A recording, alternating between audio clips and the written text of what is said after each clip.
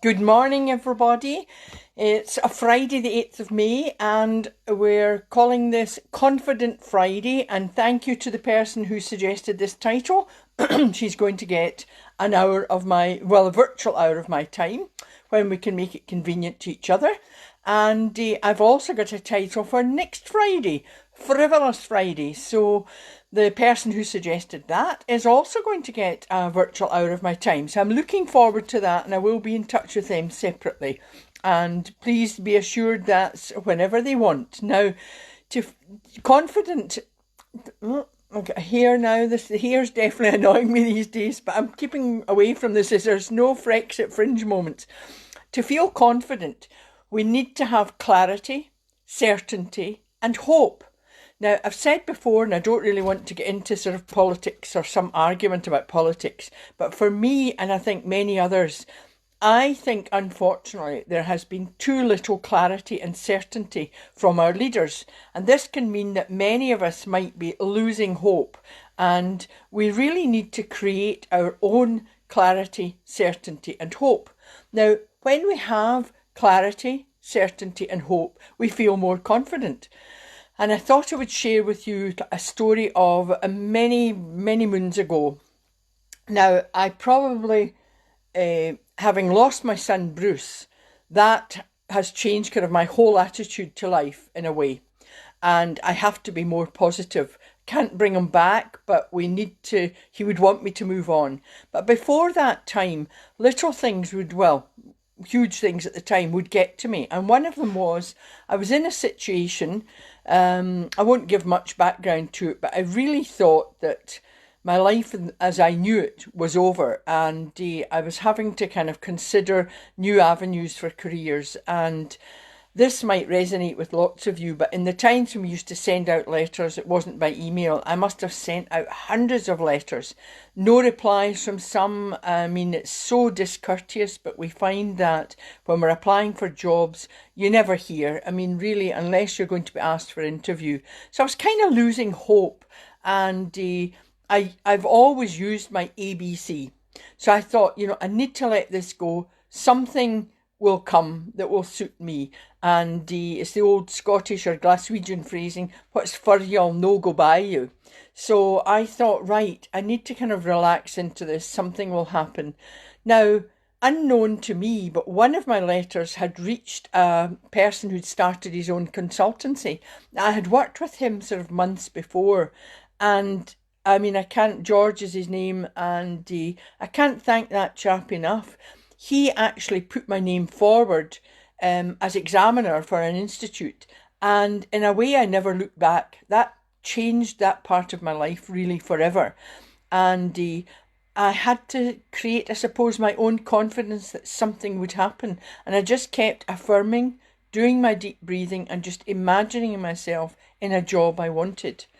The next thing that happened to me out of that was I applied to be a tutor at the Open University, and it was kind of on business studies. Anyway, my letter, whatever, my application must have gone to the wrong department, but I ended up doing psychology. I mean, I've got a psychology degree, but I was in the psychology tutoring.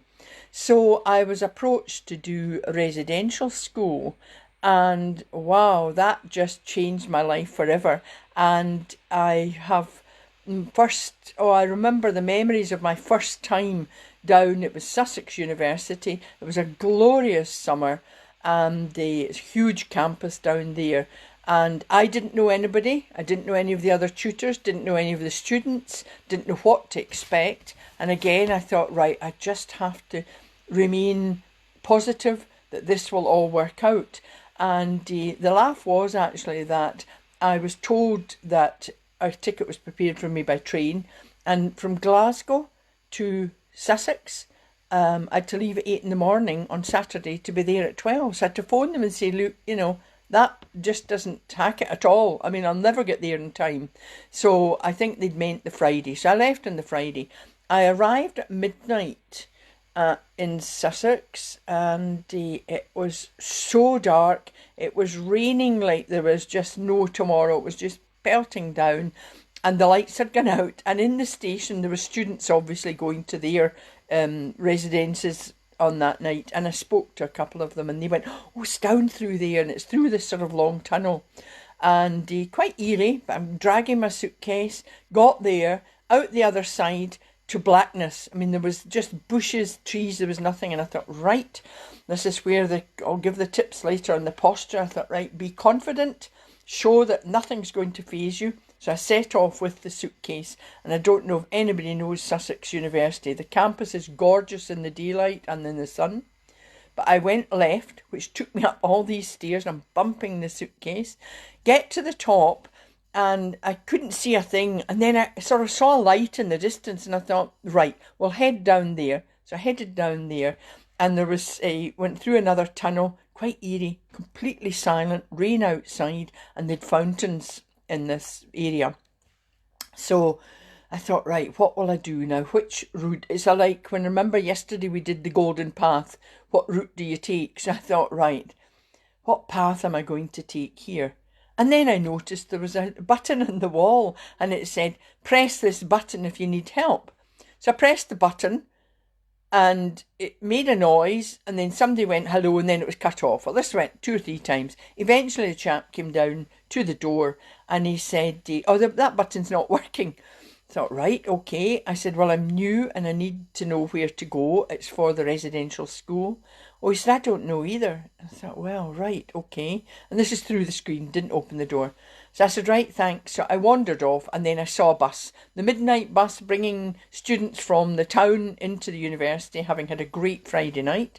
So I saw a few people come off, and I approached one, and he said, oh, I'm working as a residential tutor as well. Well, that was it. That was me, set up, feeling better. And the next day I arrived at the first meeting of the tutors, and I was supposed to be a communications tutor. That's kind of my forte in communication, non-verbal and verbal. And round the table, the director at that time, a lovely chap as well, and he said, we're kind of a tutor down, but it's the memory tutor. And there was just a silence round the table. And as I've done kind of all my life, I thought, oh, we'll have a bash. I went, yes, I'll try that. So from then on, I was a memory tutor. And I don't know if anybody will come on or be watching this later, but I then went to different universities. This is the Open University, Bath University, University of Bath. Cup we all got, and it keeps hot tea, or tea hot. So to all these people I met over the years, and you're wondering, what's this got to do about confidence? But also I learned that at that time, and well, all the time, there's different ages of people do the university, Open University. And at the residential school, some of them had never been away from home before. Some adults whose children had never been away from their children before. And of course, they were there for a week.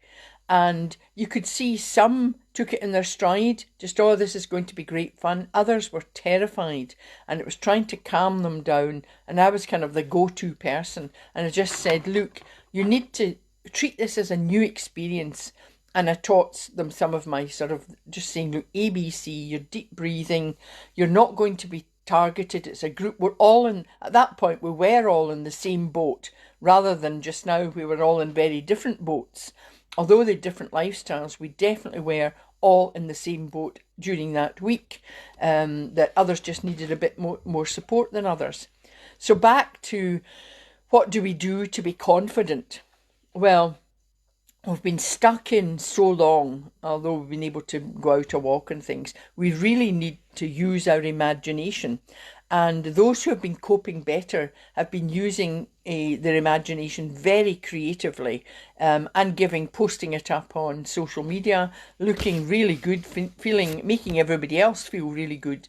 So you've got to think of maybe something exotic, something that would be interesting to add to your day. And you will start to feel confident, because it makes your heart beat faster. It lifts your heart. And if you share time with people, with those you love, then you're more motivated and inspired and positive.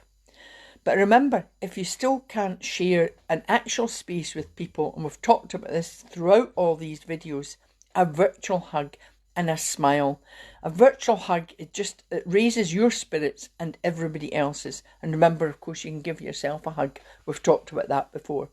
So we start today's, I've been waffling, haven't I? But we start truly thinking of this video as our affirmation for the key frontline workers, for everybody who has saved our lives, who is saving lives, who's putting their lives at risk. And I think that we need to give them virtual hugs. And I think just take a moment just to say, we thank you. You can take a deep breath and just, we thank you. And we send that out across the ether, across the world. Now we've got to say one for ourselves. And I know this is often alien to people, or I'm not used to sort of boosting myself, but you need to. So you've got to say your affirmation today. And that is, I am confident. I am calm.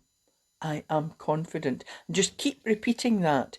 Now also, random acts of kindness. I mean, you really will feel good. And that can be something spontaneous, just like giving a hug to someone when they're maybe not expecting it. Doing something for no reason at all. It really lifts your spirits and you will feel good too. So everybody around about you will feel good. So feeling confident and being confident is a really important part of your life, and particularly in a crisis, but it's important all the time. And some of the tips are body language. Think of a time when you met someone for the first time and before they even spoke, you knew they were confident. What was it about them that made you feel this way? Well, I know that from experience in meeting people, they stood up straight. They had this posture, they'd straight. They made eye contact. And of course, when we were able to meet, they shook your hand firmly. Now, that's a bit of a passion of mine about handshaking, because I've met so many, it tends to be females, but it's the wet handshake. Now, I don't know whether they've been taught, it's not polite to give a firm handshake if I'm female, but actually it just comes across as lack of confidence, insecurity, and it feels kind of a bit weird. So I used to say to people, you need to give a firm handshake. That isn't a bone crusher, it isn't somebody who's crushing your hand to death. You want just to have a nice firm handshake, and it shows that you are confident. And of course, that's now for a time when we can meet again. We're not allowed to handshake at the moment, and goodness knows when we will be allowed to do that. So, more tips for being confident. Act confident. Fake it till you make it. I mean, really, there's truth in some of all these sayings. Your affirmations, remember I talked about them. Even if you're not feeling good, by actually saying, I feel good, you're changing your physiology. It brings you confidence, you feel confident, and you can do this at any time, and it's free. So you're not having to spend money to make yourself feel confident. It takes about 60 seconds to turn around your physiology and make you go from negative mood and thoughts to positive ones. And of course, my great favourite is, if you've not remembered it, I should just leave that as a question, it's smile. A smile it lights up you and the world around you. And especially at these times, I think, when many of us, I've had quite a lot of people that I do sort of virtual chats with, and they're feeling quite low and quite down, and you're even feeling, I just want to give up. Well, you need to turn that around. Now, obviously, if it's impacting on your life, to the extent that you feel you really can't cope, then it is seek professional advice. But most of us just need, to me, it's called the friend on your shoulder. And in fact, I remember when I first tested my ABC, there's one lady, and it was her phrase, she said, it's just like having a friend on my shoulder. And I thought that's really what I was aiming for. So for workers, I think during this time when there's many remote workers, I think they need to have confidence in you if you're leading the team. If they don't have confidence, they'll just not follow you. So they need a leader they can trust. And when you are confident, they will connect with you and you will build a much better relationship. And your whole team and you will succeed and you'll start achieving goals. So with the family though, it applies to the family as well. With all of us stuck inside, we need to think of how we as parents, we need to show confidence, because if we're not confident and we're stressed, we're going to stress out the children. So you need to have that air, even if you're feeling a bit wobbly inside about what's the next day going to bring. You cannot show that to the younger people in your family, or the whole place, the whole family will start to feel down. So you need to raise the spirits of everybody. How do we do this? Change your mindset. Get rid of the word can't. I've said that before. I mean, I talk to people, and you can take a horse to water. You can't force it to drink. But I can give people my tips, and if they start, so I can't, or I don't know, and it's not going to work. So I'll say to them, you have to ditch these kind of words in your vocabulary, because what's it costing you? I feel positive.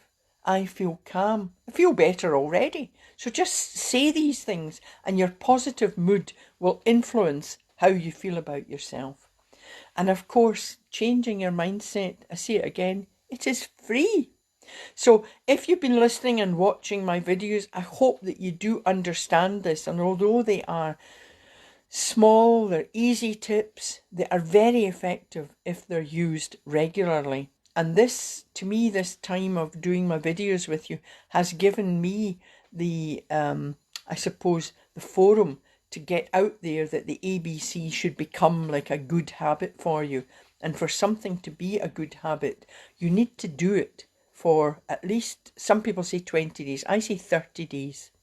Now that means if you're doing it today, or tomorrow or Sunday, and then you forget on Monday, you have to start your 30 days again. So you want to form a create habit, create a good habit. Now I know we can slip, and perhaps you sometimes you can feel so down, I really don't know, how am I going to feel positive again? The ABC. There's other things you can do as well to help you, of course, and it's communication. I think communication, particularly in this time when we maybe can't meet people, communication, I think it was Albert Mehrabian, Mehrabian, Mehrabian, he suggested that 38% of our communication is your tone of voice. So if I started shouting at you and all this, so, the tone is how people will perceive the way you are. 55% is non-verbal, so it's your posture, how you're gesturing, and only 7% is actually the words you say. So it's an interesting thing to consider. So you need to improve your posture. Even 2 minutes of doing this can increase your confidence. Now, you can practice a power pose. Don't do this perhaps in front of people again, maybe taking yourself off to the bathroom. But I do this if I'm about to give a talk to an audience, and you need some kind of nerves. I remember I worked with a lovely chap, Bill, who was a QC, and he always looked so confident. And no matter what he was doing, and I said to him one time, I said, I wish I was like you. And he said, what do you mean? I said, you're so confident, and you never show any fears. Oh, no, he said. The minute I lose the butterflies in the tummy, I give up. He said, you need that because it gives you that adrenaline and that kind of pressure. Not stress, but pressure in order to do your best and excel. And he sort of showed me, he said it's posture, there was some exercises, and they were a bit like my ABC. And that was many years, but I decided, I would incorporate that when I was going to give a talk. So if you're in the green room, or if you're in the wings of somewhere, I would do my power pose, and there's 2 ways. You can either stand up straight and arms straight to the top and just stretch yourself as a power pose. Or if you don't want to appear, maybe somebody's watching you and you think that's silly, you can actually just put your hands on your hips, and it's a bit like being a superhero. And you only need to do that for a minute, couple of minutes, and you feel good. And then you're ready to go on with a deep breath, and the deep breathing to me settled the tummy, the butterflies in the tummy. Stop fidgeting. Now, that's a difficult one. I used to have sort of maybe things I did with my twitching of my nose, or I think another was years ago, I think it was chewing gum. I remember thought that settled me. And of course, people said, "Do you realise you're chewing this all the time?" And I thought, oh, we don't want to be doing that. So stop all these kind of fidgety things. And it's like, just now, I've got a tendency, if this bit of hair wasn't tied back, it'd be in front of me and I'm always fidgeting with it. So what happens is when you're fidgeting and you're twiddling with your hair or tapping your fingers, it comes across as being, you're coming across as being insecure and not confident. So stop these things. And I'm looking at the furrows in my brow here. I'm not frowning, but stop frowning. That's a real frown. But if you frown, people perceive this as a negative facial expression, and they'll think you're cold, you're closed off, you're going to be angry at them all the time. And I hope you're getting that feeling coming across when I'm frowning at you. So stop that. I mean, I can't stop the wrinkles as I get older. Hopefully I could. I'm not going in for the Botox or anything. So what I do instead is smile. It's always back to this smile. It just makes you feel so good. The other thing is be proud of your achievements. I think we're a wee bit too modest. I don't know again whether it's a Scottish thing, a British thing, but I've noticed that Americans tend to be, they've got no problem. And to me, they tend to sometimes come across as boastful. Now, we don't want that. But if you've contributed to something and they've achieved something as a team and maybe you've been leading it, in a matter-of-fact way, just be proud of what you've done. And of course, be proud of everyone else who has helped you. Creative imagination, that's my C now. Now, it's a powerful tool to use to be confident in yourself. When you focus on something you want to achieve and you imagine it is happening or has happened, a bit like the athletes, I've talked about that before, but when athletes and people are wanting to go for gold, they visualise, they imagine that gold medal round their neck. They don't sort of sit back and go, well, I wonder, maybe I'll just do some training and we hope to get that medal. That doesn't happen. They visualise themselves actually with it. But they've got to put in the hard work. You don't just sit back and go, well, at the Olympics there, I'll just get that gold. They put in a lot of hard work. But at the foot of all of that, underpinning all of that, is they see themselves with that gold medal round their neck. And they don't beat themselves. They might not get that gold medal, but they continue to strive. They don't give up. So they continue to strive towards their goal. The next thing is to be grateful. Now, at the moment, I am extremely grateful because I see, hi there, Lynn, Liz, Barbara. I don't know, but it does keep saying, I don't know whether I want to do this, but it says bring them on camera. Not sure what that means, if I'll distort the video. Will we try it? Somebody say yes. Will I try it? Let me see. Wave? What does that do? Bring them on camera. No, add. You won't be able to watch. Oh no, I don't really know what that means. Anyway, we better just get back to being confident. I've got to be confident of the technology as well. So be grateful. Be grateful for what you have and be thankful. And just simple affirmations again. I am thankful, and I'm so thankful of all the people I've met over the years and connected with across the ether. I'm saying I can't believe. I do believe there are times when we meet and we connect with people, even with a word and across, without even speaking. I think there's some people that I've connected with, we've done a private message, and I'm a great believer in... No, thank you, Barbara. No, I won't put you on camera. Somebody's not quite dressed. A bit like me earlier in the week where people thought I was naked. No, I did have a dress on though. So, yeah, putting me off now. No, but I think I'm a great believer when you private message somebody.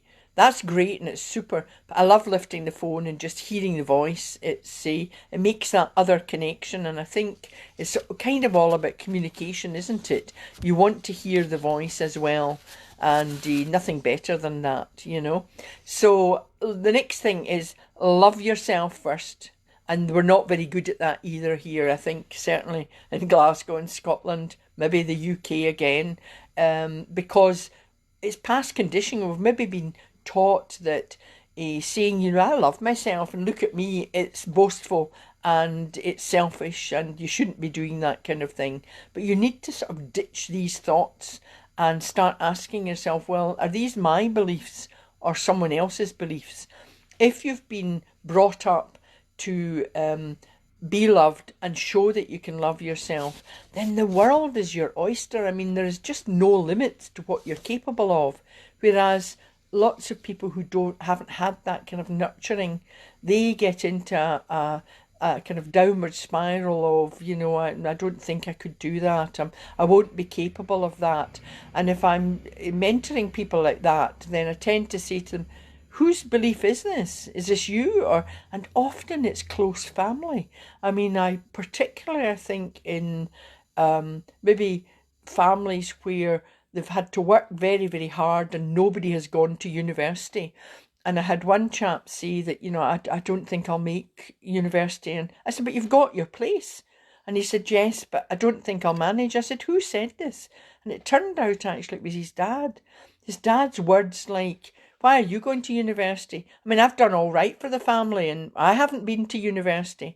And I said to him that two things happen here.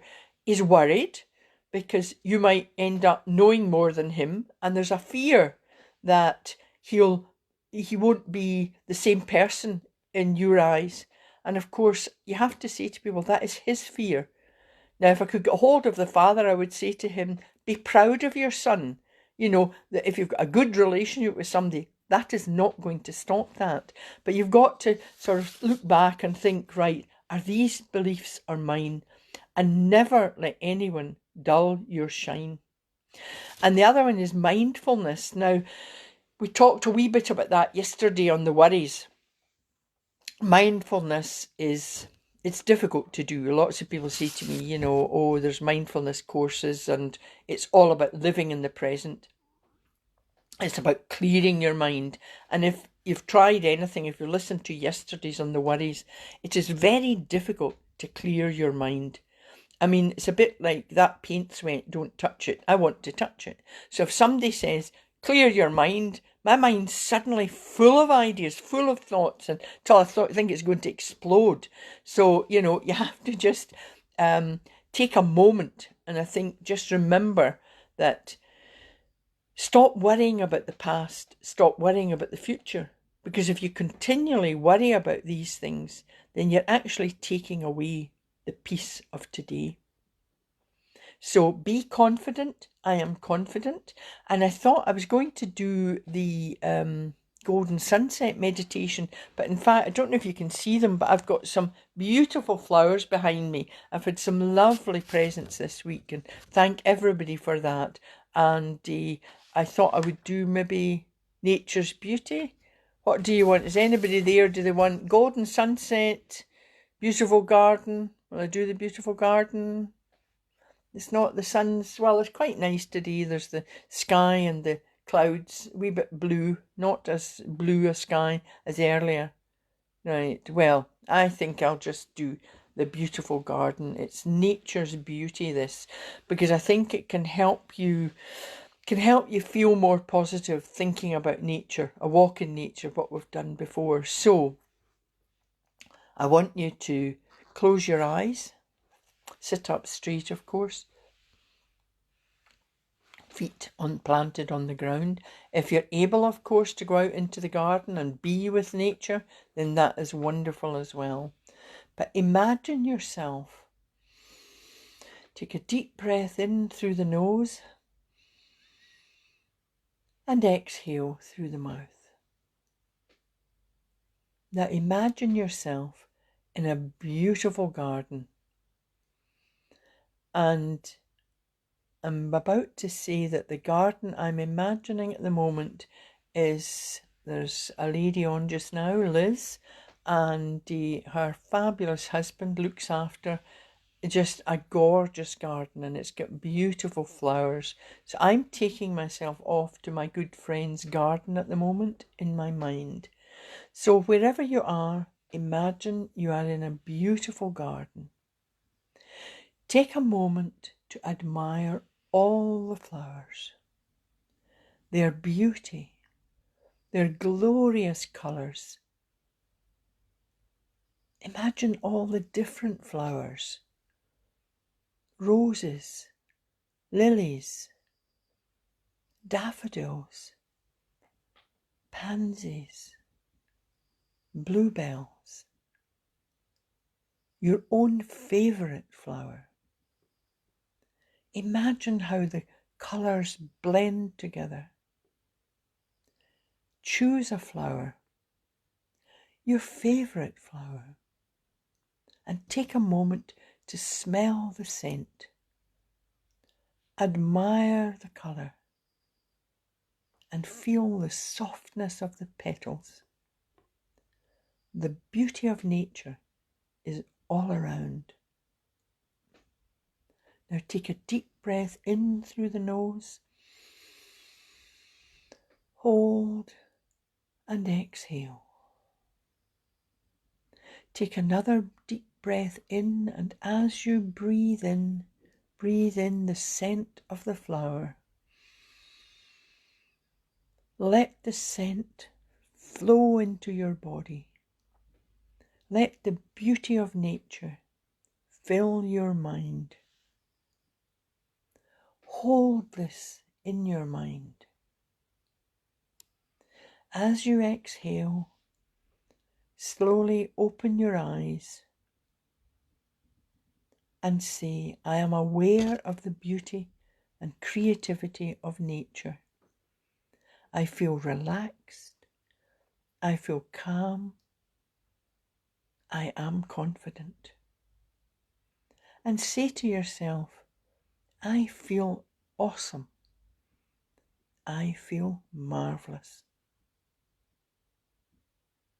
And then, as always, we just shugle our shoulders and just relax the body and your shoulders and just get yourself all settled again.